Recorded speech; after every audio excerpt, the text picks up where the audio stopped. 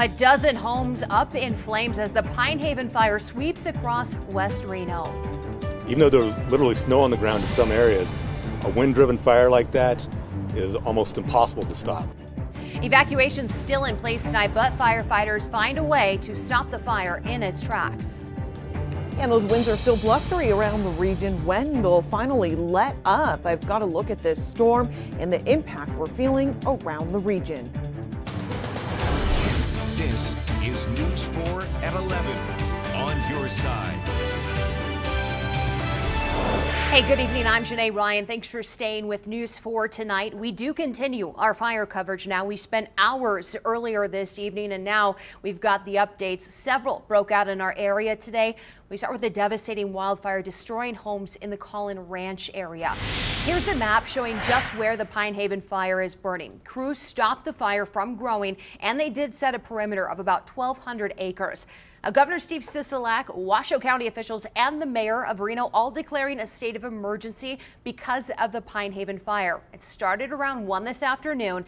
Investigators are still trying to figure out what sparked it.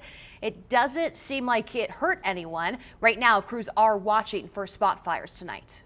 You can see them all around. That's why I want to emphasize the fire is not out. Forward progress is stopped. We're going to be working this all night and in the coming days. They think 12 homes and buildings burned in this fire. We should have the exact number by the morning newscast. Now, we know high winds in our area have been fueling this fire all day. We've got Chief Meteorologist Cassie Wilson here with more on that. Cassie? Well, Janae, some of the peak wind gusts around the region reached up to 88 miles per hour in Gardnerville, 79 mile per hour winds in Galena, and there it is, 77 mile per hour wind gusts registered in the Collin Ranch area. Currently, those winds still are breezy, and well, in the last hour, we were still reaching the almost 50 mile per hour wind gust range at the Reno Tahoe Airport. Currently, our wind gust is at 25, so trying to get things under control here, but overall, it is still breezy with sustained winds in the 15, even 30 mile per hour range. We are expecting these winds to remain breezy as we head through to your Wednesday, but we're also seeing, well, heavy snow in the Tahoe Basin. Showers starting to spill over here in the valley and well-needed rain hitting that McCarran Loop and down towards Collin Ranch. I've got more on this storm as well as the chain controls and the snow expected as we head through the evening, all coming up in my full forecast. Janae. Cassie, thank you. Right now, these places are still under evacuation. Sierra Pine Drive, Mountainshire Drive, Chaparral Drive, Ridgeview Court from Bella Sierra Court, and Vista View. All areas southeast of Manzanita and around Lake Stanley Skyline Boulevard and Cashel Boulevard. And also just a reminder, McCarran Boulevard near Collin Parkway will stay closed in both directions through the night. You can find a list of the full road closures at mynews4.com. Now, we were just mentioning that heavy wind that Cassie was pointing out. That's been fanning the flames today, pushing them into homes and around the Collin Ranch area. We've got Zach Slotmaker live from the Pine Haven fire with what evacuees are saying. And Zach, you've been there covering this fire all day long. How is it looking now? Well, Janae, adding on to Cassie's weather report, here is the rain happening live. Hopefully you can see it on your camera. If not, you can see how drenched I am right now. It's not a heavy rain, but it is a drizzle, and it is helping our crews tonight. I got to the scene at 2:45 this afternoon, just an hour after, a little more than an hour after that fire was first reported. And as I was walking up the street to get a good view of the fire, you really had a surreal moment watching lines and lines of cars haul out their belongings. You saw a lot of pet containers and boxes in the back of people's cars and trucks. A lot of people in this area not at all wanting to roll the dice with this one because they have seen this scene before. Tomorrow marks 9 years since the Collin Ranch fire of 2011. It destroyed 28 homes in this area and damaged another 15. This fire today destroyed about a dozen homes. This Pine Haven fire is another reminder of how violent and how fast-changing fires can be when homes sit at the fringe of wildlands. Really, it was that quick. It was 1 minute I was grabbing a bite to eat. The next minute I'm racing home, pulling up in my driveway and grabbing bins and putting things in the bins in order to put them into my car. My daughter called, and then the neighbor Peggy banged on the door to say the fire's back. It leaped over McCarran again. I'm like, oh man. So then we were outside hosing down the roof and all that. Janae, as you mentioned, firefighters able to get ahead of this fire, put a stop to its forward progress. Some good news there. We are going to be following up with this fire tomorrow to see where it's at. Also maybe get a clue of how this fire started, but we're still working to get that information at 11 o'clock at this hour. I do want to mention a lot of residents I spoke with today and recently just cannot say enough about fire crews, police, Northern Highway Patrol, NHP, with how they stepped up tonight.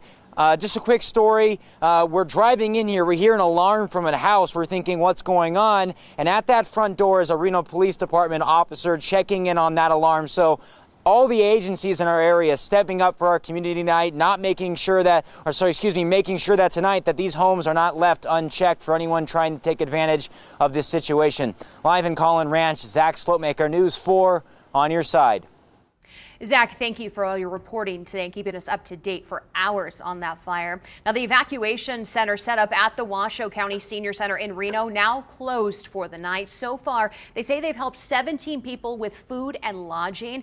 If you still need help or a place to stay because you're evacuating, you can call the Red Cross hotline. That's 1-800-RED-CROSS. Now, we are learning too, a handful of casinos and hotels are also offering discounted rooms. So far, the GSR, Peppermill, the Atlantis, Sands Regency, Silver Legacy, the Courtyard Marriott, and the Hyatt Place in Reno are all on that list. They're all offering discounted rooms to people evacuating today.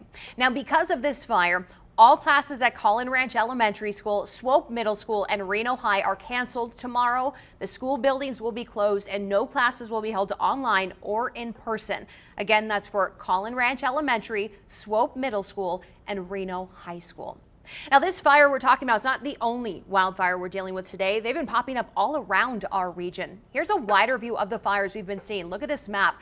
We've also been tracking the Lara fire and the Mountain View fire. The Mountain View fire is burning in Mono County near Walker, California. That's close to the California-Nevada border. So far, it's burned about 5,000 acres. Officials say they're investigating a possible death tied to that fire, but we know it wasn't a firefighter.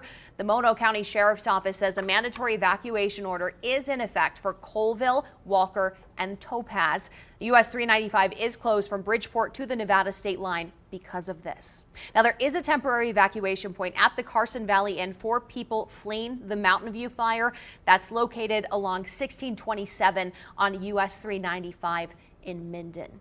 Another wildfire just north of Reno prompting mandatory evacuations this afternoon. The Lara fire, it burned about 600 acres. It's reported 20 buildings were affected. It's now 70% contained.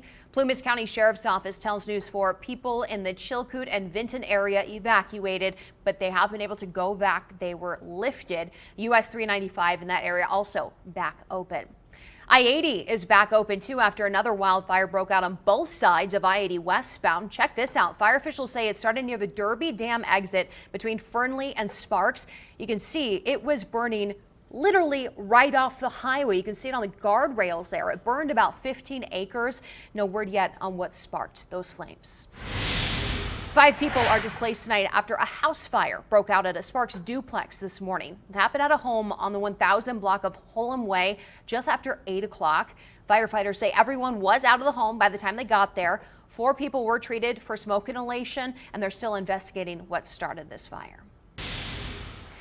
Coming up, optometrists say they're worried more than ever when it comes to your kids' eyesight. Up next, we'll explain why.